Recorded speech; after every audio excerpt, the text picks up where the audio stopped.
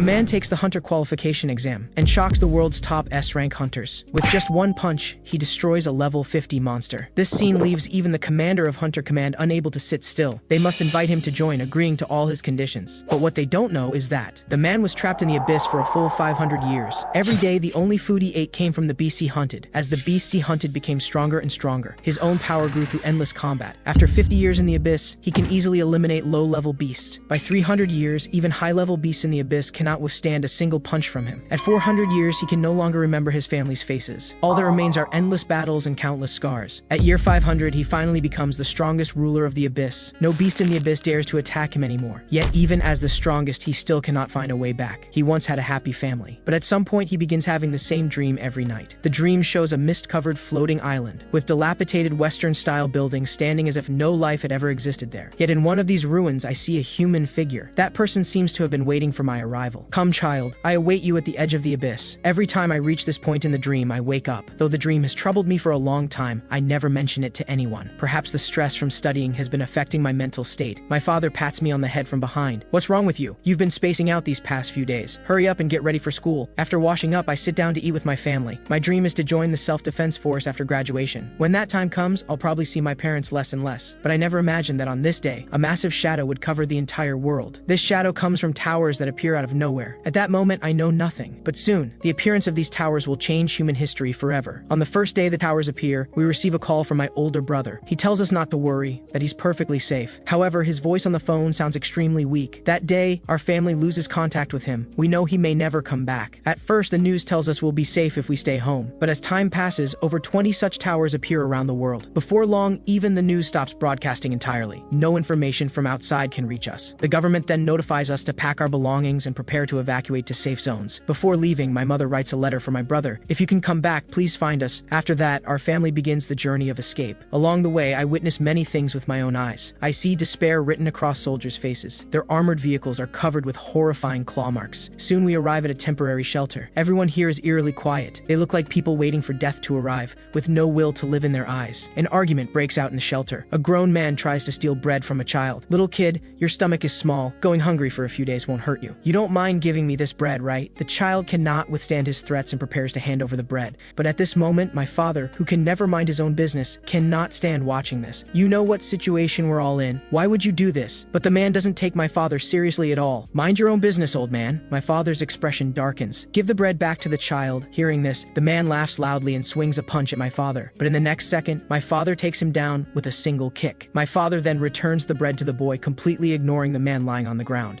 My father gives him a cold look. The bread thief instantly falls silent. He leaves with a threat, "I'll remember this." I recognize the person my father just beat up. He's my classmate. During school, he bullied me almost every day. I've always wished I could get rid of this scum someday. Just then, a military officer rushes in frantically. He orders everyone to evacuate the shelter immediately and board one of the trucks. Some self-righteous person questions the soldier about why, but the soldier has no authority to explain. Just do as you're told. While they argue, a loud commotion erupts outside the door behind them. The soldier speaks rapidly, "Run now. Don't worry about anything else." Seeing this, I urgently push my parents to leave immediately. I have a terrible feeling about this. The shelter door breaks open, and several white-haired monsters rush in. The people who were arguing moments ago now flee in panic. These creatures are monsters they've never seen before. Even a fool can tell how dangerous they are. I'm completely shocked by this scene. What on earth is happening? Soon everyone rushes onto the trucks outside. I tell my parents to get on quickly. I'll check if there's space on other vehicles. I turn and run in another direction. But the other vehicle is packed too. There's no room for me. However, I quickly find a truck that's half empty. I leap up and jump onto it. At that moment, a large hand reaches out to me quickly. I hurriedly say thank you, but the person's lips curl into a wicked smile. Isn't it a bit early to say thank you? This gives me a bad feeling. I look up and realize it's the person my father just beat up. Why did it have to be him who grabbed me? The next second, he swings his hand and shoves me off the truck. At this moment, I feel everything is over. My life is finished. My dreams are finished. Countless people trample over my body, but I don't want to die. I hope someone will come save me. I open my eyes and see a crystalline, translucent foot appear before me. Looking closely, that figure is the old man from my dreams. He speaks the words from my dream again. "I will await you at the edge of the abyss." The next moment, the scene changes. Everyone around me disappears. Just then, something sharp crashes into the ground beside me. I look up. It's a goblin attacking me. I'm terrified by this sight and immediately turn to flee from this place. The experiences of these past few days push my anger to its peak. The towers that suddenly appeared, the bastard who pushed me off the truck, the mysterious old man, and now this goblin monster attacking me. I know I must fight back or I'll die here. In the next second, I pick up a stone from the ground. I turn and charge charge at the goblin. If you can kill me, then do it. If you can't, you're the one who dies. After a fierce battle, I kill the goblin. I never expected something that only exists in games would appear before my eyes, and there's a black number on its chest, probably indicating its level. Moments later, a black crystal emerges from the goblin's chest. I freeze in place, completely unsure of what to do. However, the crystal seems to have eyes of its own and flies straight toward me. The next second, it rushes into my body at lightning speed. I have no time to react. After I calm down, I notice my wounds are healing. I also feel powerful energy erupting inside my body. It seems that after killing a goblin, absorbing its crystal makes me stronger. Realizing this, I pick up the goblin's weapon. There must be many more monsters like this on the island. I need to hide to avoid being ambushed. But after circling around, I'm surprised to discover that besides that goblin, no other monsters appear here. All the suspicious signs point to the door ahead. This island floats in midair, and at its edge there's a flight of stairs. I peek over and find no monsters at all. I walk down the stairs step by step. This scene feels somewhat familiar, like a level in a game where a skeleton might suddenly appear and push me off. Maybe if I fall, I'll respawn at the starting point, but I'm not willing to take that risk. Reaching the bottom of the stairs, I enter a room. It's different from what I expected. The walls here are extremely ancient. Suddenly, a flame ignites in this room. Behind this flame, there's a door. I don't understand what this means. Am I supposed to enter the door? I look at the text on the stone tablet. I'm certain I've never seen these characters before, yet their meaning flows into my mind. It reads, "The fragile shards and everything possessed by their holders will grant me the right to leave this place." Seeing this message, I smile. To get out, I need to collect all the shards. It seems there's still hope. I'm now filled with motivation. Thinking calmly, that monster wasn't really that strong. With this thought, I slowly push open the stone door. As the door opens, a chilling aura spreads across my entire body. The first floor of the abyss is an area of 900 square meters, with monsters bearing the number 1. The second floor covers 1,800 square meters, with one monster bearing the number 2. The third floor spans 3,600 square meters, and among 4 monsters, one bears the number 3. Shards exist only within monsters bearing numbers. These shards are the key to entering the next floor. The larger the number, the stronger the monster. But as I descend deeper, a worrying problem emerges. These keys become increasingly difficult to find, because with each floor, the area and the number of monsters double. In this abyss, I grow stronger with each monster I hunt. What surprises me is that my physical age doesn't seem to change much. I don't know how much time has passed. Maybe 10 years, maybe 100. Either way, I can now destroy high-level monsters with a single punch. As I continue to descend, the variety of monsters keeps increasing. When I reach the 15th floor, this level has over 1 million monsters. However, I don't fall despite their terrifying numbers. Instead, I fight even more fiercely. When I reach the 30th floor, the monster count has reached 500 million. Finding the key now is like searching for a needle in a haystack. The monsters on each floor seem to value the keys highly and protect them. Some monsters, knowing they cannot defeat me, hide underground. But no matter where they hide, I hunt them down and eliminate them. Eventually, I reach the 99th floor, continuing forward with unwavering determination. The number of monsters on this floor has reached over 2 trillion. I laugh heartily. Since I still haven't found the key to escape, today I'll kill to my heart's content. Massive dragons soaring through the sky are reduced to nothing but bones in an instant. I don't know if time flows the same here as on Earth. I've been here for a full 500 years. The walls are covered with countless marks I've made. Right now, I'm truly exhausted. I've even forgotten what my family looks like. Yet even so, I must get out. This is my only remaining belief, even if my parents are no longer alive. Over these 500 years, I become incredibly powerful. In the abyss, I cannot find an opponent, but fate seems to have played a cruel joke on me. I cannot find a way out. There are only endless islands to conquer. What I don't know is that while I've been trapped in the abyss, the outside world has undergone massive changes. Over 20 towers appeared in the world. Before people could understand them, something unimaginable happened. Countless monsters emerged from within and began slaughtering humans indiscriminately. This day became known as Judgment Day. A few survivors awaken and gain access to a mysterious system. As time passes, more and more awakened ones receive overwhelming power. Humanity is able to rebuild, and the awakened establish the Hunter Guild. Meanwhile, I'm in the abyss chasing a demon wolf. I shout at it to stop running. Let me check if you have a number on you. But at that moment, a chain locks onto the demon wolf, and I hear human language. She just used an advanced teleportation scroll. Stop her quickly. Don't let her complete the summoning. The next moment, the demon wolf rises into the air, wrapped in a massive teleportation force. This scene leaves me stunned. Could that teleportation portal above be the exit? Seeing this, I kick off the ground hard. After waiting so long, how could I possibly give up this opportunity? With a whoosh, I leap upward, following the demon wolf straight into the teleportation portal. But at this moment, the abyss sends a warning. Warning! The abyss cannot summon 2 life forms simultaneously. This makes me curse silently. I won't let anyone block my path. I cling tightly to the demon wolf ahead. I absolutely cannot let it teleport out before me. Meanwhile, in the outside world, a woman is surrounded by several hunters who want to steal the level 60 scroll in her hands. One of the hunters says with a wicked grin, "Hand it over now or I won't show mercy." The woman shouts in terror, "Players can't fight each other. You're breaking the rules." The level 38 barbarian laughs. "Rules are meant to be broken, not to bind us." He then raises his blade vertically in front of the woman, scaring her to tears. The barbarian says viciously, "Just hand over the scroll, and I might let you leave here with all your limbs intact." Seeing this, the woman grabs the scroll behind her. "Since you're treating me this way, I won't be polite either." Seeing this, the hunter's faces turn ugly. She's forcing the summoning. "Stop her quickly." The barbarian holds nothing back, preparing to unleash his full power to kill the woman and seize the scroll. Immediately, a terrifying aura emanates from his body,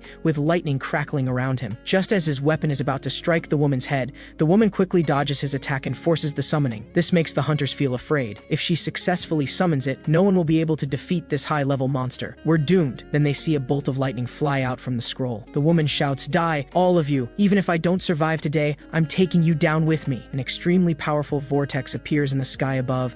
Lightning strikes down from the vortex, hitting the woman's summoning scroll. All the hunters present are blown away by this force. Cold sweat pours from the barbarian's forehead. So much overwhelming energy. This is bad for us. We should flee now. Moments later, a creature slowly emerges from within the lightning. They watch the summoned creature ahead with extreme tension. But when they see what was summoned, they freeze completely. It's actually a level 3 hell demon wolf. Seeing this, one hunter even tosses a bone at it. They nearly burst out laughing at this scene. Even the woman doesn't know what happened. The scroll she desperately protected only summoned such a low-level monster. Fate has played a cruel joke on her. The next second, a hand suddenly pierces through the demon wolf's body. Then I exert slight force and instantly tear the demon wolf's body in half. Now the hunters completely lose their composure. This is actually a humanoid monster. They've never heard of such a thing. The female summoner is completely stunned. She probably never expected the scene either. At this moment, I speak slowly. I finally escaped. A full 500 years in that damned hell. Just thinking about it makes me sick. The next second, I cry out excitedly toward the sky. I finally escaped that place. I'm finally free. The aura emanating from my body makes these hunters tremble with fear. Just hearing my laughter makes their entire bodies stiffen. This power is probably even more terrifying than domestic S-rank hunters. A female hunter stares at me blankly. "What exactly are you? Why'd you come out of the teleportation portal?" Hearing her question, I stop my wild laughter. I take one step and instantly appear before her. My speed so fast it leaves after images. This female hunter probably doesn't know what I'm thinking. For 500 full years, I haven't seen a single human, so seeing them now fills me with warmth. I immediately put my arm around her shoulder and ask, "Is this Earth?" The woman answers, "This is Earth." Hearing her confirmation, I laugh heartily again. I'm finally back. I look at the two people nearby and find their clothing odd. "You're not doing some kind of cosplay, are you?" This makes their expressions turn sour. The next second, two people instantly rush behind me, preparing to ambush me. However, what they don't expect is that I don't move or flee. I just stand here straight, letting their attacks hit my body. But their weapons shatter the instant they touch me. My eyes reveal killing intent. "What do you two punks think you're doing?" When the barbarian meets my gaze, he becomes completely terrified. "What kind of monster are you?" At this moment, his afterimage already appears in my eyes. "You dare call me a monster? You're seeking death." The next second, my mind becomes hazy, and I see the barbarian as a monster from the abyss. I grab him by the throat and pin him there firmly. I show no mercy to abyss monsters. I speak slowly. "Let me see your number. I need to take the crystal from your body." Hearing my words, the barbarian is very confused. "What number are you talking about? We have no idea what you're saying." His shout brings me back to my senses. I almost killed the wrong person. I slowly release my grip, and the barbarian's body drops instantly. The barbarian has wet himself in fear. He actually did, because the aura emanating from me is truly terrifying. He even suspects that not even the strongest S-rank hunter in the country is my match. Knowing they cannot handle me, they instantly think of fleeing. But the barbarian's legs have gone weak. He might not even be able to stand. I speak slowly. "You four, get lost now. I don't want to kill anyone right now. If you don't leave, I'll start killing." The group flees in panic, their eyes filled with terror. After those people leave, I turn my gaze to the summoner. The female summoner sees the scars on my back and is incredibly shocked. Such powerful strength and those terrible scars. What has this man been through? But regardless of this person's origins, she's certain of one thing. He's definitely not a monster summoned from the abyss by the scroll, because she's never heard of a human being summoned from the abyss. While she's lost in thought, I turn to look at her. "Please tell me, how many years have these towers been here?" The woman is stunned for a moment before responding. "The towers have been here for 5 years. This should be common knowledge. You couldn't possibly not know this."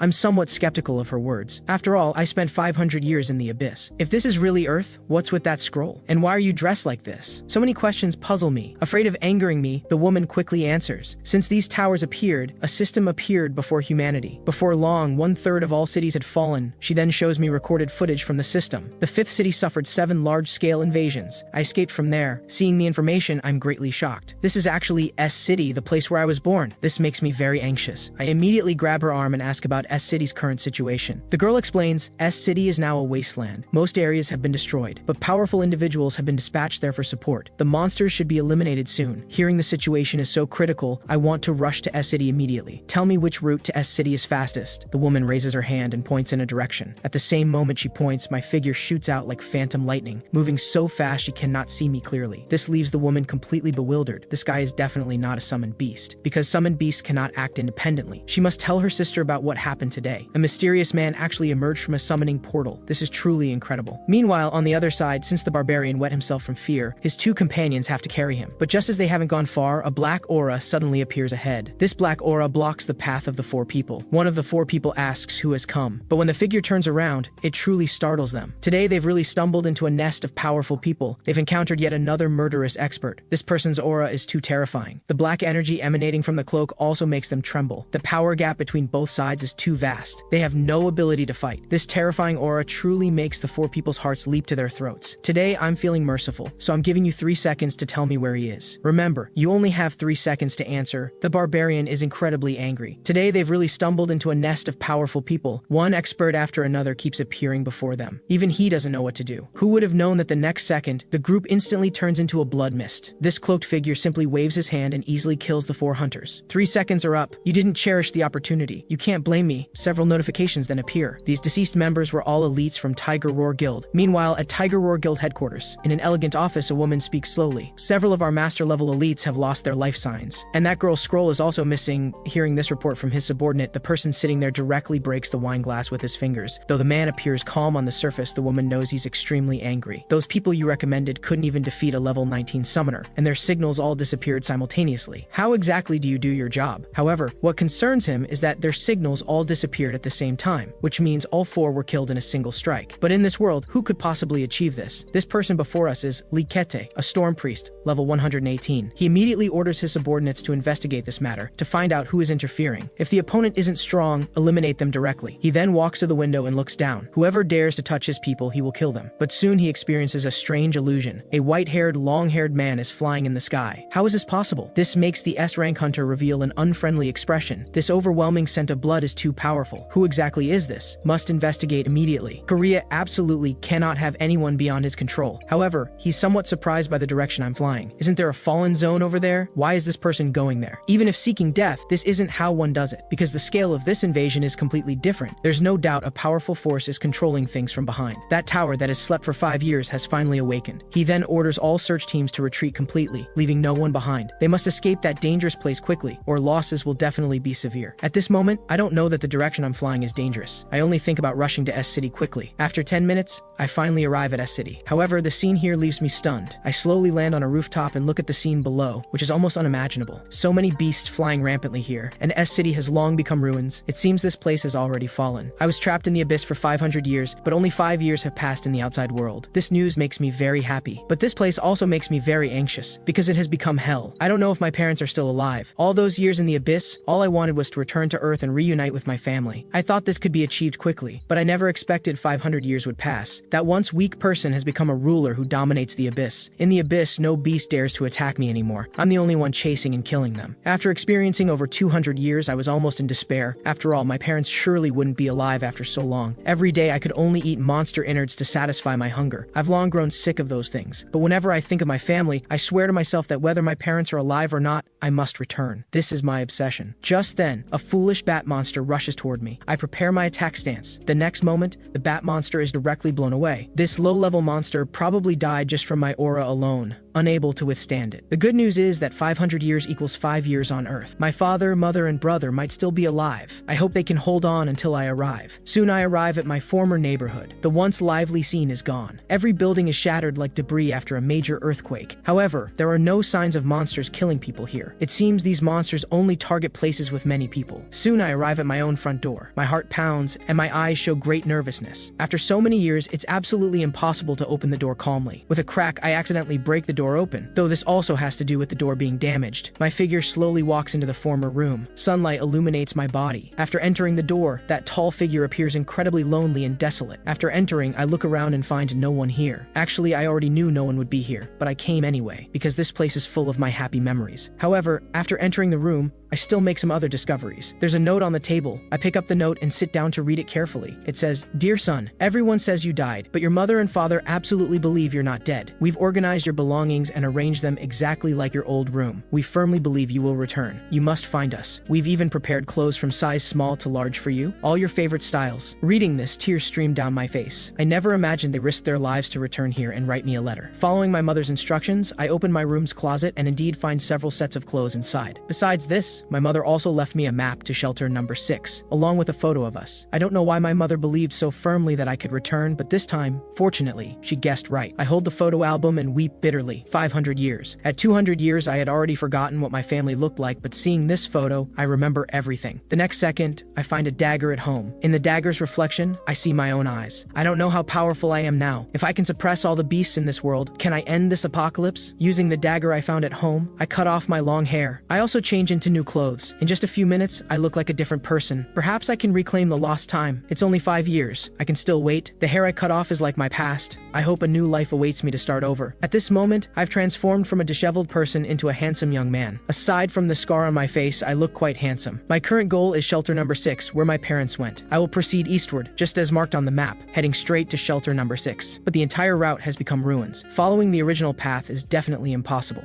This trivial obstacle poses no challenge to me. During my time in the abyss, I navigated all kinds of bizarre paths. This is just a ruin, so if the original route is blocked, I'll simply forge my own way forward. In the next instant, I launch myself off the ground, propelling my body into the air. The path I'm carving out will actually get me to shelter number 6 even faster. Only one giant bird beast seems to have noticed me. Its razor-sharp talons swipe toward me in an instant, but what it doesn't expect is that with a simple grab of my fingers, I tear its body clean in half. A mere low-level beast dares to block my path, truly asking for death. Whoosh, whoosh, whoosh. I leap continuously across the ruined buildings, shattering structures with each landing. My speed has reached its absolute limit. At this very moment, 2 young men are drinking here. They seem to hear some loud commotion. His companion thinks he must be drunk and hallucinating. Standing guard here is boring enough as it is. How could there possibly be any disturbance? The next second, they're completely stunned. Something resembling lightning streaks past right above their heads. They can't even make out what it is, let alone a human figure. The man on the left raises his hand and points. Did you see what that was? But the other man saw nothing at all, only felt a gust of wind that stung his face. Fortunately, another companion happens to be recording video and captures exactly what just occurred. Their phones appear to be quite advanced, capable of slowing down footage by 300 times. When they review the video, they see me and realize it's actually a person flying through the air. As I race madly towards shelter number 6, I hear a woman screaming below. Several hunters stand in front of the woman. Please forgive me, I just came looking for food. I never imagined there would still be survivors in this wasteland. We haven't seen a woman in so long. The leader is instantly drooling with desire. Don't worry, we're good people. But what kind of good person would have an expression like that? Even a fool can tell he's up to no good. The man claims he won't hurt the girl, but will instead take good care of her. But the girl is already paralyzed with fear, hoping these hunters won't come any closer to harm her. The hunter shoves the woman down. Don't be afraid, we truly mean no harm. Then he reveals a thoroughly disgusting expression. We'll be very gentle. But at this moment, a cracking sound comes from behind. It's the sound of the floor shattering. Some things truly never change. You scum! My eyes fill with murderous intent as I glare at the 3 men. The man seems startled by this scene. Who's playing tricks? Who's there? Show yourself. If you dare interfere, you won't get away easily. As the hunter's words fall, 2 figures behind him charge forward rapidly. One companion wields dual blades, while the other appears to be a knight with a shield in one hand and a sword in the other. Don't get too cocky, you white-haired brat. In the next second, both figures rush toward me at high speed. However, I stand up without any hint of panic. With a slight flick of my arm, I slap one of them directly across the face. With a thud, this person crashes to the ground from my single slap. Without even a chance to resist, I sneer inwardly. Small fries like you, I could handle without even lifting a finger. Right at this moment, the other hunter thrusts his sword toward me, but I dodge it effortlessly. His movements are far too slow. As he lurches forward with momentum, I grab his arm. Terror floods the man's face as he feels intense pain radiating through his arm. Next, with slight pressure from my palm, I force his body downward. As he falls, my left knee drives into his face. This infuriates the hunter. Who the hell are you? I'm from Tiger Roar Guild. If you dare lay a finger on me, the guild will never let you go. What he doesn't know is that I just dealt with 4 members from his precious Tiger Roar Guild. I slowly call out his name. Shu Ying Han. Have you forgotten me so quickly? It's only been 5 short years. With that, I brush my hair aside to make it easier for him to recognize me. You personally ruined me before. Have you already forgotten the face you tried to kill? The man is utterly shocked. How is it possible for you to be here? You can't be Choi Yuk-do, can you? Shu Ying Han is now completely terrified, crawling on the ground trying to escape while muttering impossible over and over. Yet for every step he retreats, I advance 1 step forward. I want him scared out of his wits. Shu Ying Han shouts in disbelief. Don't come any closer. Why are you still alive and standing here? I chuckle.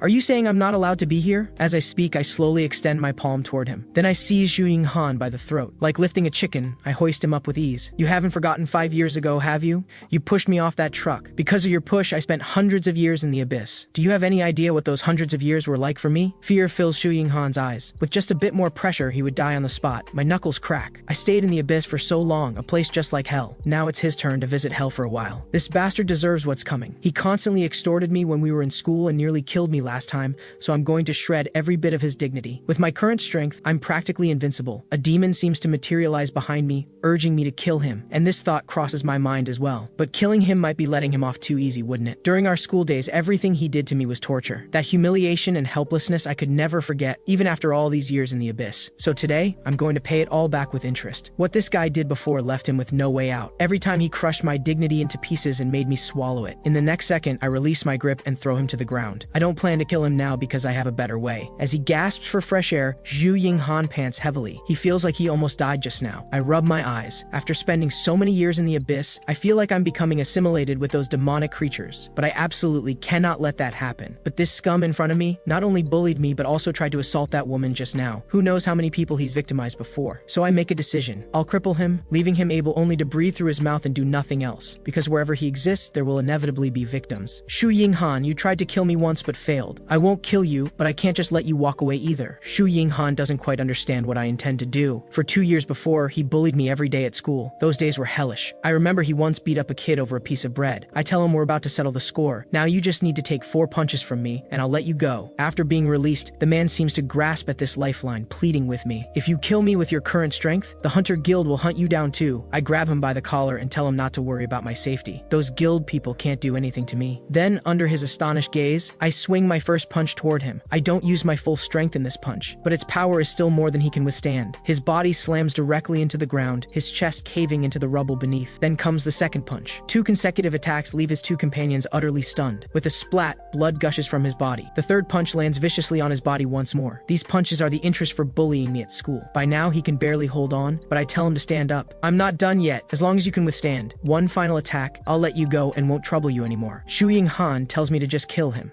After these 3 punches, his body is practically ruined anyway. Living would be meaningless. I didn't tell him to stand up to listen to his nonsense. I stomped directly on his head. Remember, this is the price you pay for what you did to me. With a boom, my foot crushes his head heavily into the ground, grinding down hard. I keep my word. As long as he survives my 4 strikes, I absolutely won't bother him again. After these blows, Zhu Yinghan's eyes are blinded. Excruciating pain shoots through every cell in his body. Now with severed limbs and total blindness, if left unattended, he probably won't survive much longer. But I won't let him die so easily. I tell his 2 companions to take him to a hospital for treatment. If Zhu Yinghan dies, I'll make sure they meet the same fate. I hope Zhu Yinghan knows better than to ever appear before me again. Otherwise, I'll beat him every single time I see him. After saying this, I push off and leave this place instantly. The most urgent matter now is reaching shelter number 6. I must hurry, otherwise my parents could be in danger at any moment. A whooshing sound cuts through the air at such speed that no human figure can be seen. Meanwhile, in the buffer zone of S City, 3 soldiers are chatting here at this moment. They would rather be stationed at the walls than fighting beasts in this place. At this moment, a soldier with the bearing of an officer walks over. Don't be so timid. If a beast appears, you better not wet yourselves. And one more thing, you must remain vigilant at all times because we cannot predict when the beast will appear next. This speaker is First Lieutenant Li Hanjun. His subordinate reassures him that this is the buffer zone. Beasts from Zone X rarely appear here. We just need to stay alert. But no one expects that the moment his words fall, a beast's tentacle wraps around his entire body. Before the other soldiers can even react, they discover their companion is already dead. The beast that appears now is called Kraken Spawn, level 45, an armored beast. The lieutenant tells them to maintain formation and not to panic. Otherwise, everyone will die. They fire continuously, but unfortunately, their bullets cannot penetrate the beast's armor at all. Fury fills the beast's eyes as it scans the soldiers below, ready to kill a couple more for fun. The soldiers start to panic. This beast's level is far too high. Their weapons have absolutely no effect. If they stay here, they're only marching to their deaths. With a thunderous boom, the beast launches into the air, swiftly leaving its position. Its massive shadow creates an overwhelming sense of oppression. Seeing this, the lieutenant immediately orders his men to spread out. They absolutely cannot cluster together and give it an opening. But little does he know, the soldiers are already panicking, their legs growing weak. In the next moment, as the beast descends, its attack rushes toward the soldiers. A single claw instantly harvests one person's life. As this group of soldiers faces this threat, one brave soldier steps forward, shouting, "Everyone get back!" It turns out he's holding a large pack of explosives. "You damn bastard, today I'm taking you down with me." As soon as the words fall, his body rushes rapidly toward the octopus beast. His companions provide covering fire behind him. Before long, under the covering fire, the octopus beast's movements slow considerably. The soldier finally reaches the beast. When the soldier arrives before the octopus beast, he wants to find a weak point and deliver a fatal blow. But unexpectedly, the octopus beast actually stops attacking on its own. Not only that, fear fills the octopus beast's eyes. Thus, one soldier has his life spared. However, he's still curious in his heart. Why did the octopus beast suddenly stop attacking? In the next second, everyone hears cracking sounds coming from the beast's body. Everyone is extremely surprised. What should have been a pointless slaughter, yet this beast actually stopped on its own. All the team members are incredibly shocked. What on earth is happening? Even the squad captain shows a face full of alarm. He also hasn't figured out what exactly is happening. Fear fills the octopus beast's eyes. This makes them even more confused. They don't know what what the octopus beast is afraid of. However, the brave soldier prepares to seize this opportunity and throw the explosive pack at its eyes. This is his only chance. With a light toss, he throws the explosive pack. Immediately, a terrifying explosion erupts. Massive flames engulf the entire body of the octopus beast. However, they're shocked to discover that even such a massive explosion still cannot harm the octopus beast. The reason is actually simple. The octopus beast's tentacles protect its eyes tightly. As long as the eyes aren't injured, this octopus beast won't die. The octopus beast's body advances slowly, approaching one soldier. Veins bulge in its eyeballs. This completely stuns the soldier who just threw the bomb. Such massive power, yet completely unharmed. How is this possible? The other soldiers have already fled in terror, while the octopus beast's tentacles fix on the soldier who threw the bomb. But at this moment, my figure suddenly appears. I stomp directly on the octopus beast's eye, crushing it. The octopus beast that was so invincible just moments ago instantly becomes a corpse. This scene leaves the soldier utterly dumbfounded. The lieutenant's face also shows complete disbelief. Could it be that the cracking sounds the octopus beast made were because it feared his arrival? At this moment, I slowly stand up, my eyes filled with murderous intent. I didn't expect to encounter military personnel here. Perfect timing to ask them how far shelter number 6 is. Even now, the lieutenant still finds it hard to believe. This man actually killed with a single strike the beast that survived that explosion. His gaze instantly sharpens. He's never seen anyone like me before. This is definitely S rank destructive power, possibly even beyond S rank. So the lieutenant decides he must identify who I am, no matter the cost. But soon he receives a system notification. Special ability insight cannot be used, most likely because the level gap is too great. The lieutenant is greatly shocked. This is the first time he's encountered such a situation. I've been in this world for several hours now and have learned some basic things, but my system still won't open. The lieutenant at this moment has also exhausted considerable energy, because activating that ability may cost him several years of lifespan. I merely glance indifferently. In that instant just now, I seem to feel someone observing me. Then I slowly walk toward that soldier. I have something to ask him. I want to ask him how far shelter number 6 is from here. The soldier kindly reminds me, from here, it's 10 kilometers north. However, you must pass through Zone X to get there. This brings my confusion to its peak. What is this guy talking about? What is Zone X? It turns out this is where they contain the beast tide. Beasts are concentrated here to minimize combat damage, and many hunters fight beasts there. As I listen to the soldier speak, I also hear other soldiers' voices nearby. Wow, today's drops are all rare items. In the abyss, killing monsters yields black crystals, but I didn't expect that defeating beasts in the real world would also drop treasures. It's just like a game. Having just emerged from the abyss, I have no idea about my own strength level. I asked the soldier, how strong was that beast you just faced? Hearing this, sweat appears on the soldier's face. A level 45 beast is quite formidable. It's not something he could handle at all. Even an entire squad probably couldn't handle it. So a low-level monster from the abyss already puts them in such difficulty? I ask again, how many beasts above level 45 are in the beast nests? The soldier's face immediately turns grim. There are probably no more than 100 in that place. If such beasts were everywhere, humanity would have been wiped out long ago. After finishing my questions, I prepare to leave. This leaves the soldier speechless. Just how powerful must one be to have such tremendous confidence? As I'm about to leave, the soldier hurriedly catches up to me. Wait a moment. I stop and turn my head toward him, signaling him to speak. If it's not too difficult, I can agree to his request. He bows respectfully to me. I hope you can make a trip to Zone X. I know it's very dangerous there, but if there's a hunter as powerful as you, I believe many people could be saved. If I remember correctly, he mentioned earlier that the shortest route to the shelter is through Zone X. I agree quite readily. I'll help you clear out Zone X. Although Zone X isn't on my agenda, I'll be passing through it on my way to shelter number 6, so I'll eliminate those beasts while I'm at it. Not just Zone X, but every beast I encounter along the way will be eliminated. 10 minutes later, at the rear military camp behind the front lines, the lieutenant who suffered backlash earlier slowly regains consciousness. Seeing him wake up, his subordinate soldiers are extremely excited. Lieutenant, you're finally awake. The first thing the lieutenant does upon waking is ask how long he was unconscious. You were out for about 10 minutes, but thanks to the recovery item dropped by the beast, it took effect immediately. Otherwise, sir, you might have been unconscious for much longer. The lieutenant doesn't respond to the soldier's words. Never mind my condition. I want to know, where did the hunter who saved us go? The soldier tells the truth, informing the lieutenant that I headed north. The lieutenant instinctively holds his head. It still aches, and he murmurs the word north, but suddenly he senses something wrong. What did you just say? Say that again. The soldier at this moment also seems to notice something amiss. That mysterious hunter is now heading to shelter number 6. The lieutenant's voice instantly becomes grave. Did he mention crossing Zone X? On this point, the soldier nods. However, judging from his expression, he seemed completely unconcerned about the beasts in Zone X, so he left here without hesitation. After hearing this, the officer turns his head in fury. He's incredibly frustrated inside. After finally encountering such a powerful hunter, he's about to die so soon. Contact Central Command Center immediately. The soldier seems startled. Central Command Center? Lieutenant, are you sure you're not mistaken? The lieutenant's heart races with urgency. There are probably about 10 minutes left. We might still make it in time. During these few minutes, the lieutenant checks his watch countless times. Suddenly, another soldier enters. I've already sent the message via emergency radio. We should get a response soon. However, the soldier has a question. Why Central Command Center? Is there something we don't know about? out, the lieutenant speaks slowly. This operation is different from previous ones. This information is classified at a high level, so you were not informed. Zone X, which serves as the base for this operation, is not within our beast containment perimeter, but this area is extremely dangerous because it has been designated as a bombing zone. Meanwhile, at Central Command Center, a woman speaks rapidly. Emergency call from BZZ zone. The heavyset man sitting in the central chair slowly says 2 words. Connect. This is Central Commander Hwang Tae-young, a level 58 flame mage. Upon receiving the order, the woman swiftly connects the call. At this moment, Central Command receives an urgent battle report from First Lieutenant Lee Han-jun. After receiving approval to accept, the woman types rapidly on the keyboard. The communication is quickly connected. Communication code WB342. This is First Lieutenant Lee Han-jun. There is an extremely urgent special situation to report. Then the lieutenant recounts the earlier encounter with me. Just moments ago, a mysterious hunter has entered the bombing zone. He is unaware of this operation. Hwang Tae-young stares at him with cold eyes. So you're only here to report your mistake? If that's the case, there will be consequences. Hearing Hwang Tae-young's attitude, he can't help but lower his head. Even as a lieutenant, he cannot afford to offend Hwang Tae-young. The lieutenant feels it necessary to issue an emergency broadcast to notify about the incoming bombardment. The reason the lieutenant insists so strongly is because he believes I'm extremely powerful. He doesn't want to let me die like this. Just now, the lieutenant's words were transmitted verbatim. His words pique Hwang Tae-young's interest. You're saying he's an exceptionally powerful hunter? Then Hwang Tae-young asks a crucial question. If he's such a powerful hunter, then what is his level? The lieutenant doesn't know my power level because when he tried to check, he couldn't detect my information. Hearing this, Hwang Tae-young almost laughs out loud. Is this how you conduct yourself as a lieutenant? A hunter of unknown level who didn't follow protocol entered the bombing zone, and you want me to issue an emergency broadcast for him? Are you joking? At this moment, the woman beside him speaks. That hunter will very likely be dead before any message is even sent. The two continually mock the lieutenant. You may lack brains, but you certainly have talent for comedy, actually contacting us over such a trivial matter. After saying this, he glances at the woman beside him. It seems they haven't been taught enough to stand independently. What kind of teacher is responsible for this? At this moment, they seem to be chatting casually. While I have no position to interfere with your subordinate's actions, this subordinate of yours is rather ridiculous. Furthermore, if I report to superiors that you obstructed operational progress, all responsibility will fall on you. Now you make a decision. In Park Soo-jin's eyes, facing such a formidable enemy,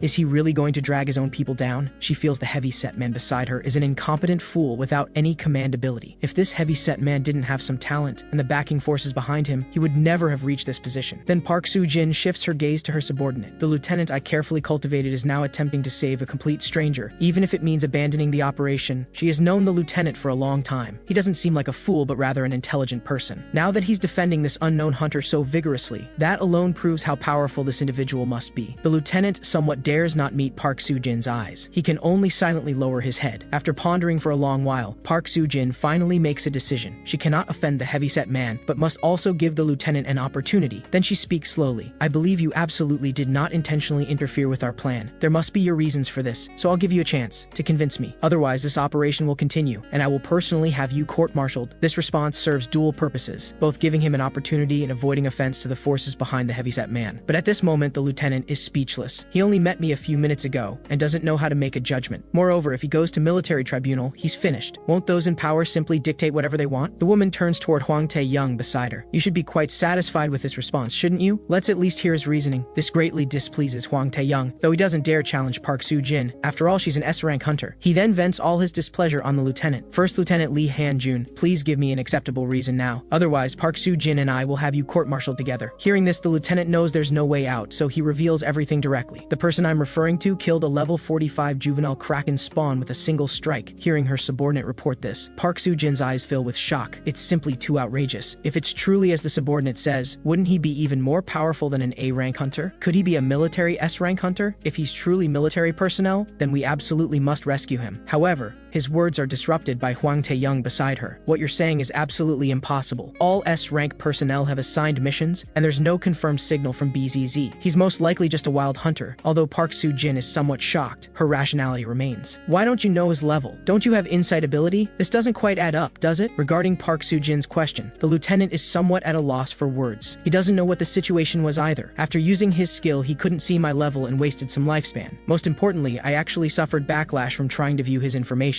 This has never happened to me before. At this point, Park Soo-jin is completely dumbfounded. She knows that the lieutenant had previously checked her information too. Although it wasn't easy, he did uncover some information. This alone demonstrates that Hunter's tremendous power. The level gap is too great, so he couldn't view it. The lieutenant speaks again. This person is truly formidable. If I hadn't lost consciousness from trying to view his information, I absolutely would not have let him enter the bombing zone. At this point, even Hwang Tae-young loses his composure. If you cannot view his information, he has at least reached level 100. The entire command center falls silent. You could hear a pin drop as they need to process the information they've just received. Huang Taeyong's hand taps continuously on the chair. This situation is indeed extremely rare. Then Huang Taeyong makes a decision. I know that Hunter is strong, but this cannot be a reason to halt the operation. As soon as the words fall, another person stands up. This is Eastern Commander Xu Yinghao, level 44, a mage. He also agrees with Huang Taeyong's decision. We cannot abandon our military responsibilities based on such uncertain reasons. This operation involves thousands of soldiers from 4 different corps, with sufficient forces to completely surround the bombing zone and buffer zone. The original plan is for garrison soldiers to eliminate scattered beasts after the bombardment. However, if an emergency broadcast is issued, the beasts will also react to that sound. In that case, all beasts will converge on the same location simultaneously. Should this occur, the entire region will be completely overrun. These are the lives of thousands of soldiers. To exchange the life of one hunter for thousands upon thousands of soldiers, he simply cannot do it. Then his face shows a sorrowful expression. Even if he's an S-rank hunter, we absolutely cannot take this risk. I'm truly sorry. After hearing this news, First Lieutenant Lee Han-jun's heart sinks. He truly cannot bear to see such an outstanding hunter die in the bombing zone. However, the final decision still rests with the commander. He wants to hear her response. At this moment, Park Soo-jin also shows a pained expression. At this point, she opens her mouth slightly, thinking that both senior commanders have rejected his proposal. If this continues, the situation may deteriorate further. So Park Soo-jin rejects the lieutenant's request. We absolutely cannot waste so many people's efforts for one person. This decision is final and not subject to objection. Then the video call before Lee Han-jun slowly disappears. No matter how Lee Han-jun calls out, no sound comes from the device anymore. At this moment, all 3 people in the tent hang their heads low. Lee Han-jun is so furious he crushes the communication device with cracking sounds. Even the commander doesn't understand him. Does he look like a fool? The soldier beside him pats his shoulder. Lieutenant, you've done your best. Please don't blame yourself. At this moment, Lee Han-jun is filled with immense frustration. He hates himself for having so little authority that he cannot help at all. The nation is about to lose such a powerful hunter. Although his face is filled with unwillingness, he absolutely cannot disobey the decision made above. At this moment, the soldier beside him has a flash in his eyes, as if seeing a ray of hope. Just now, he inadvertently glanced at the key at the lieutenant's waist. This soldier has no hesitation whatsoever and directly snatches the key. Noticing this, the lieutenant is quite perplexed. What do you intend to do? Why are you taking my key? It turns out that just now, the soldier thought of a solution: to drive to the bombing zone and warn that S-rank hunter. There are still 6 minutes until the bombardment. Perhaps he can still make it in time. The soldier moves with lightning speed, quickly opening the car door and starting the ignition. He prays continuously in his heart. I must make it in time. Seeing this scene, the lieutenant is extremely furious. You young fool, do you also want to be court-martialed? Get back here immediately. If anyone should go, it should be me. But the soldier doesn't listen to him at all and floors the accelerator, speeding away. Seeing this situation, another soldier urgently speaks. Lieutenant, quickly order him brought back. Otherwise, he truly won't be able to return. However, the lieutenant merely pulls his cap lower and does not stop the soldier. Since he has this determination, let him go. Even if he didn't go, I would have gone myself. The only thing we can do now is pray that the decision he made won't betray him. But you must come back alive, you reckless fool. Meanwhile, that soldier speeds rapidly forward. There are less than 5 minutes remaining until the bombardment. Driving might not be quite fast enough. At this moment, this young soldier doesn't know that what he's doing now will change an entire world, because the person he's now attempting to save will become the hope of all humanity. At this moment, the young soldier keeps searching for my trail. His heart fills with anxiety, having no idea where I've gone. He's now taking the fastest route on the eastern side, with his gas pedal pressed all the way down. But if he still can't find any trace of me along this route, it means I'm moving faster than his vehicle. Soon the vehicle reaches the area close to Zone X. The soldier can't help thinking that if he turns on the loudspeaker, I should be able to hear it, but he doesn't have the courage, because if he turns on the loudspeaker, all the monsters will lock onto him, and then there will be no escape. As he hesitates and struggles, time slips away quietly. Only 2 minutes remain before the indiscriminate attack begins. Thinking of this, the young soldier slowly reaches his hand toward the loudspeaker ahead. It doesn't matter. My life is worthless anyway. If I can save that hunter, it's definitely more valuable than me staying alive. The next moment, he no longer hesitates and grabs the loudspeaker firmly, bringing it to his mouth to speak. But just as he's about to open his mouth, his voice trembles uncontrollably, unable to make any sound no matter how hard he tries. More than 10 seconds pass this way, with his vehicle still driving forward continuously. He feels like he's a disgrace to the military. Such a coward doesn't deserve to be part of the army. But is he really a coward? If he truly feared death, he wouldn't have come here in the first place. He takes a deep breath, gathers all his strength at his lips, and shouts loudly, "Mysterious hunter, I'm the soldier you helped before. I don't know if you're nearby, and I don't know if this voice can reach you, but if you hear this, please leave immediately, because this area is about to be bombed. Our commander couldn't stop this operation that was planned long ago, so I came to notify you to evacuate quickly. Otherwise, you'll definitely die in this explosion." His voice echoes through the entire street, repeating the words he just said over and over, and I stop when I hear his voice. So he came looking for me. I check the surroundings. No wonder there isn't a single hunter around. This place is about to be bombed. My fingers crack as I clench them. The monsters in the city can't harm me at all. all, but I don't know if my own strength can withstand high temperatures. After all, I don't understand the country's advanced technology, since they have the confidence to use these bombs to kill these monsters. Perhaps my body might not be able to withstand it either. Even if I can endure it, I might be severely injured. The next second, my figure begins to flicker as I search for the direction of the sound. This young soldier came to such a dangerous place just to inform me about the bombing, so I absolutely cannot let him die here. On the other side, this soldier is so anxious he's nearly in tears. He has already reached the central area, but still cannot find any trace of me. Meanwhile,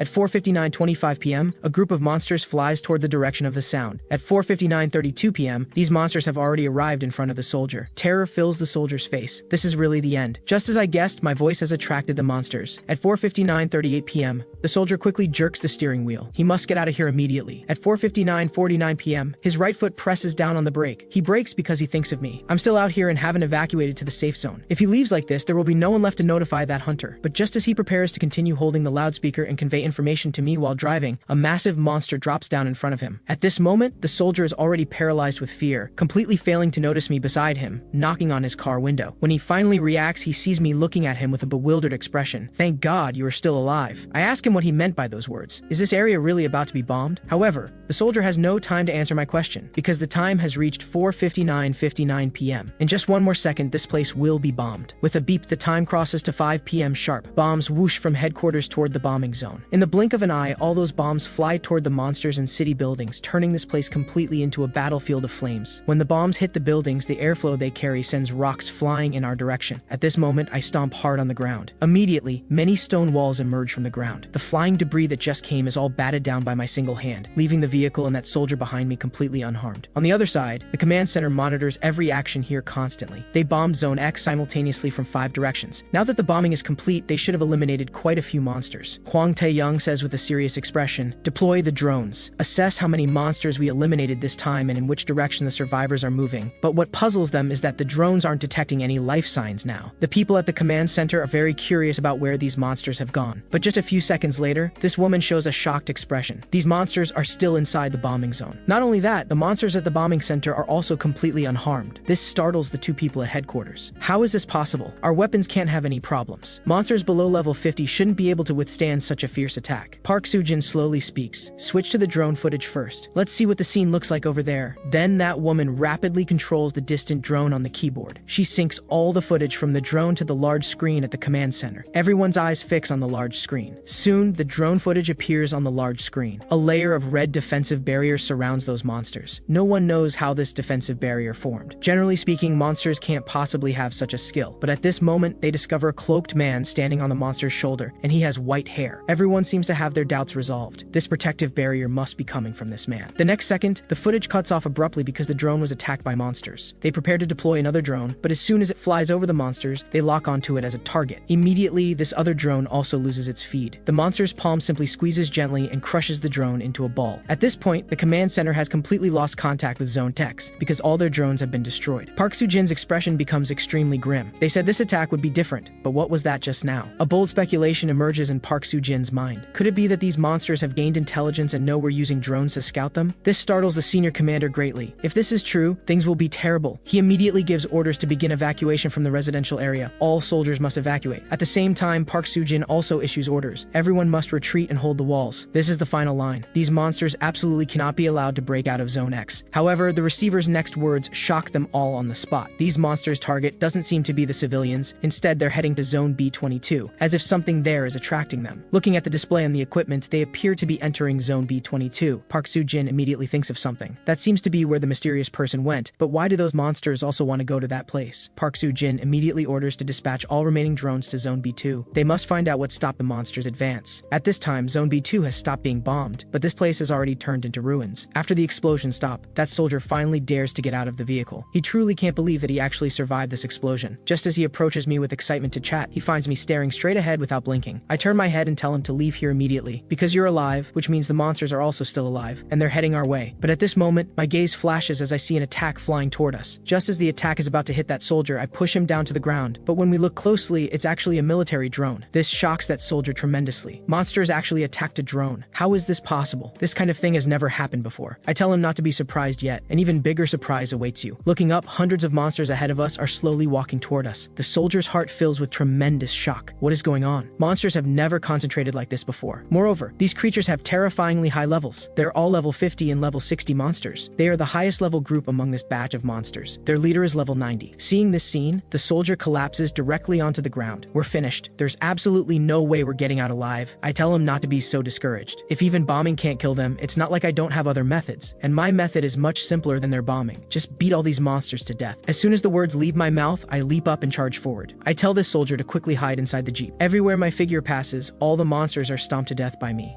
And my ultimate target is this highest level monster. A figure seems to be standing on his shoulder. I want to see exactly who is playing tricks here. Just as I'm about to rush over, a monster blocks my path and swings the iron hammer in his hand. But what he doesn't expect is that this iron hammer is blocked by my single hand. I sneer inwardly. You think such a simple attack can hurt me? How ridiculous. The next second, this level 60 monster before me rises into the air. Immediately, my large hand presses down heavily and slams his body onto the ground. Then my steps don't stop. Instead, I charge toward that figure on the monster's shoulder with a terrifyingly frightening aura. Seeing my assault, that monster instantly raises a shield, preparing to block my attack. But in my eyes, his so-called defense doesn't exist at all. I slowly raise my fist and gather my full strength. With a boom, this monster close to level 60 is shattered by my single punch. His entire head is smashed apart. In an instant, his head turns into ruins like a blood mist, and I arrive opposite the figure on his shoulder. When I come before him, I can't help but feel greatly alarmed, because I can't sense any aura emanating from his body at all. If I hadn't seen this figure with my own eyes, I probably wouldn't have noticed him at all. This makes me feel this is tricky. This guy's strength is definitely not comparable to those monsters. The man's crisp voice slowly says, "I've finally been waiting for you." The next second, the head I just shattered now seems to have something healing it. In just a moment, that head returns to its original position, as if my previous attack didn't cause him much damage. Not only that, what surprises me is that this monster actually speaks human language. "You thief, give me back my stuff." I look at him speechlessly. What is this guy even talking about? When did I steal anything from you? To this, the man laughs strangely. At the same time, a red energy bursts from his palm. He says I stole his things, so I must repay with my life. A moment later, black sharp swords appear behind me. This seems to be his ability to summon weapons. The next second, with a crack, I crush the weapon in his hand. Just this little thing can't hurt me. He can't even break through my body's defense. My gaze locks onto that person. "If this is all you've got, then you will die." Having said that, I point the weapon he summoned at him. "First, take off your cloak and let me see your true face." The next second, that massive beast reaches toward me. With a slap, his enormous hand strikes down on the shoulder, trying to use brute force to smash me to death. At the same time, a drone flies in the air, monitoring our scene. That man just glances at it indifferently. Isn't that a surveillance device made by humans? Did it come specifically to monitor me? On the other side, the instant the giant's hand strikes down, I push it back up. My figure swiftly charges in the man's direction. "If you really want to kill me, you better take it seriously. Otherwise, you won't possibly be able to kill me." But this cloaked man seems very dismissive of my attack. I sneer inwardly. I didn't expect that after becoming the strongest in the abyss for 500 years, on my first day back on Earth, I would be looked down upon. The next second, I thought my attack would pierce the man, but unexpectedly he suddenly disappears and flies away as a wisp of smoke, and the weapon that was about to pierce him now pierces the monster's shoulder. This makes me very confused. How did he disappear? The man's figure slowly appears at the monster's feet. Being watched by such despicable humans is truly disgusting. The next second, the cloaked man slowly raises his hand, with airflow swirling around it. It turns out he's controlling the monsters to obey his commands and ordering them to destroy the drones and eliminate the remaining human observers. At this moment, inside a ruined building. Inside this building, a man remotely controls a drone, observing the actions outside. A moment later, he discovers his drone has been destroyed. But fortunately, he completed his mission and recorded video footage. In his footage, he sees my figure. He speculates this might be the reason the monsters changed direction. Shock fills his eyes. Could it be? Is he that hunter who faced the beast tied alone? Indeed, you can sense his strength just from his stance. Just as he prepares to report his situation to the commander, a monster's hand quietly appears behind him. However, this monster doesn't attack him. Instead, it helps close the door, probably preparing to trap him like a turtle in a jar. This makes that soldier feel helpless. He truly didn't expect to be discovered so quickly. The next second, I turn my head and see several octopus monsters climbing up the building. The man laughs loudly. "My servants, kill them all." At this moment, I recall what the soldier told me before. If there's a powerful hunter, I believe many people might be saved. This is why the soldier disregarded his own safety to notify me to escape quickly, all to let me save more people. At the same time, this soldier's vehicle is trapped by some rubble and can't be driven out at all. This makes me set a certain decision in my heart. The next second, my body descends from above. To hunt enemies, I must first take down their leader, because only this way will the enemy's leader have no ability to hunt our people. In no time, my figure arrives below. If I want to save as many people as possible, I must eliminate my enemy as quickly as possible. At the same time, that giant monster also launches an attack at me. me. I instantly retreat and dodge his attack. I feel something seems off. After that monster merged with that man, his attack power seems to have increased. On the other side, while I'm dealing with that monster's offense, the mysterious man also launches an attack on me. Watching his figure approach, I don't panic. You're really persistent. Do you want my life that badly? At this very moment, I discover something that shocks me tremendously. This guy before me looks exactly like me, but I don't have much time to think, because that guy has already summoned a black longsword. This is definitely not good news for me, because I sense extremely powerful energy fluctuations contained in that sword. At this moment, the man slowly speaks. I will kill you, you thief from the abyss. I will take back everything I lost. Without another word, he swiftly thrusts the sword at me, but I've already seen through his attack trajectory. As he attacks, I also swing my fist. With a snap, my fist strikes heavily on his wrist. The intense impact forces him to drop the sword in his hand, and at this very moment, my left hand snatches that sword away. I give him no time to react. The instant I seize the sword, I assume a slashing stance. He absolutely cannot dodge this strike.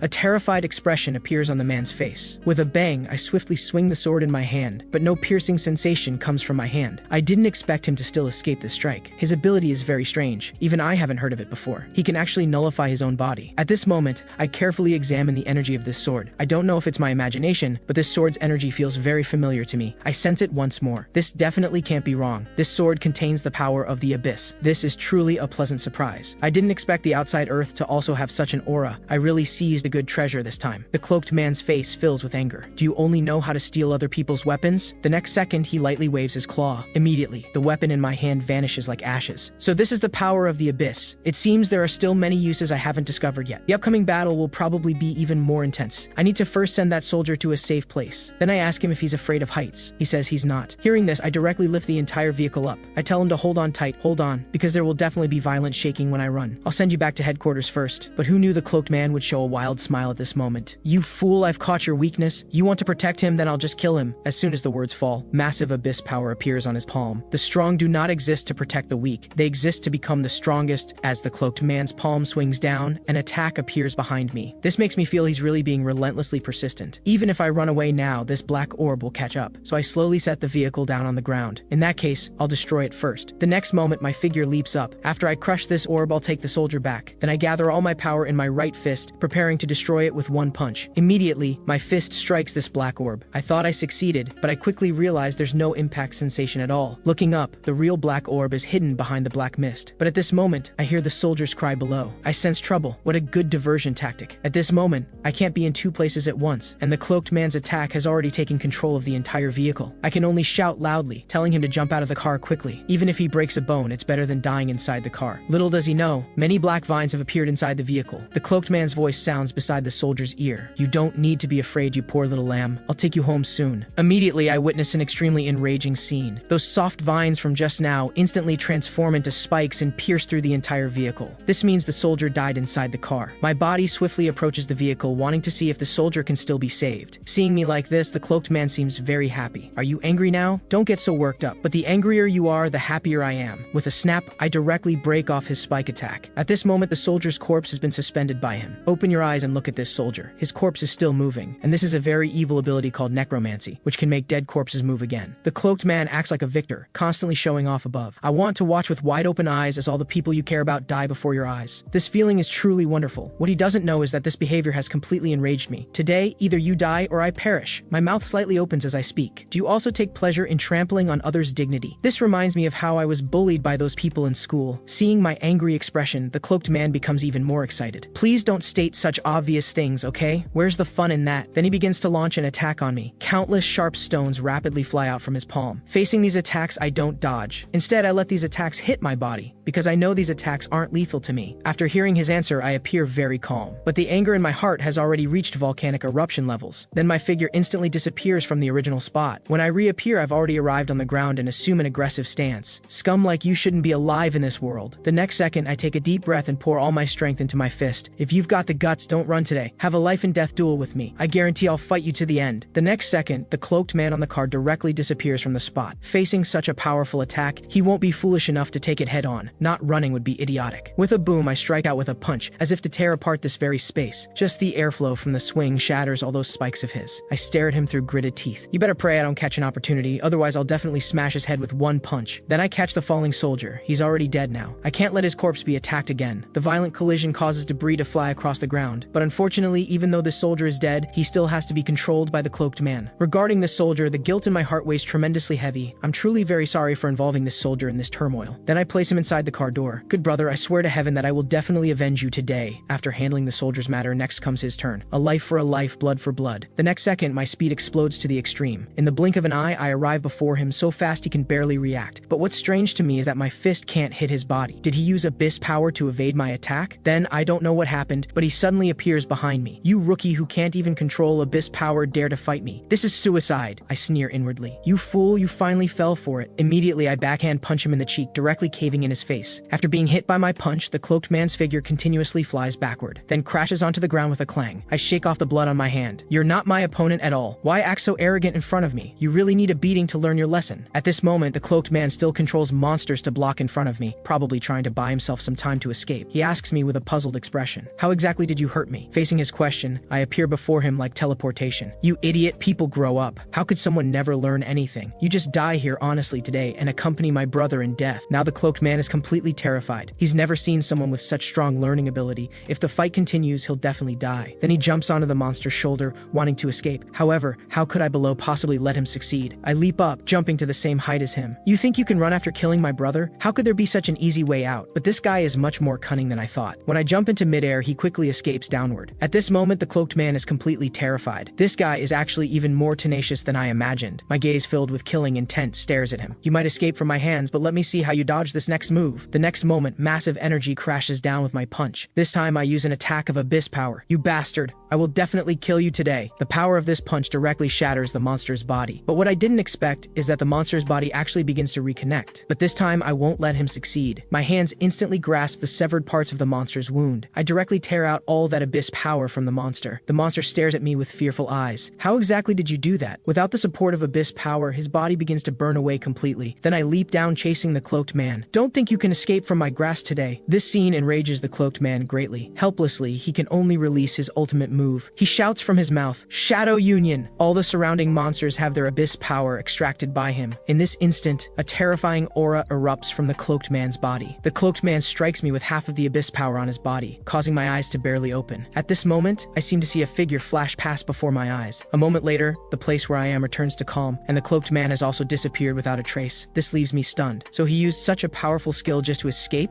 I directly throw my shattered clothes onto the ground. Although my clothes are damaged, fortunately the photo of my parents is still intact. Opening the car door, I see the soldier inside has become a corpse. It seems the necromancy has been lifted from his body. I pull off the pendant from his neck. Then I dig a pit and bury this soldier here. This time it's because of me that this soldier died here. At least I need to take something back for him. When I think of that cloaked man who looks exactly like me, I become extremely angry. This can't end like this. He absorbed so many shadows before and could launch an attack at any time. There's also one thing he said before that I care about very much, watching the people I care about die before my eyes. It seems I need to reach the shelter quickly next. I absolutely cannot let him arrive before me. The next moment, I stomp my feet and swiftly leave this place. My body moves like lightning, continuing towards shelter number 6. What I don't know is that everything that just happened between us was all recorded by the drone on the ground. 15 minutes later, Park Soo-jin also arrives at this place. She tells her subordinates behind her to search thoroughly and make sure not to miss even a single rat. A soldier sees the footage captured by the drone and feels greatly shocked. The footage shows all the monsters have been completely eliminated. Park Soo-jin, the S-rank hunter, feels her scalp tingle. She tells her subordinates to check the drone data and report all information. She sees obvious battle traces here. That powerful hunter Lee Han-jun mentioned before not only survived this bombing, but also cleared out the entire monster nest. Even an S-rank probably couldn't accomplish this. At this moment, Park Soo-jin's subordinate makes a new discovery. Now, there's actually an intact drone on the ground. His expression looks fierce. The SD card on this drone is in very good condition. I can read the data out right now. A minute later, Park Soo-jin sees the footage from the drone. Park Soo-jin watches the footage from the drone from beginning to end, not missing even a trace of suspicious evidence.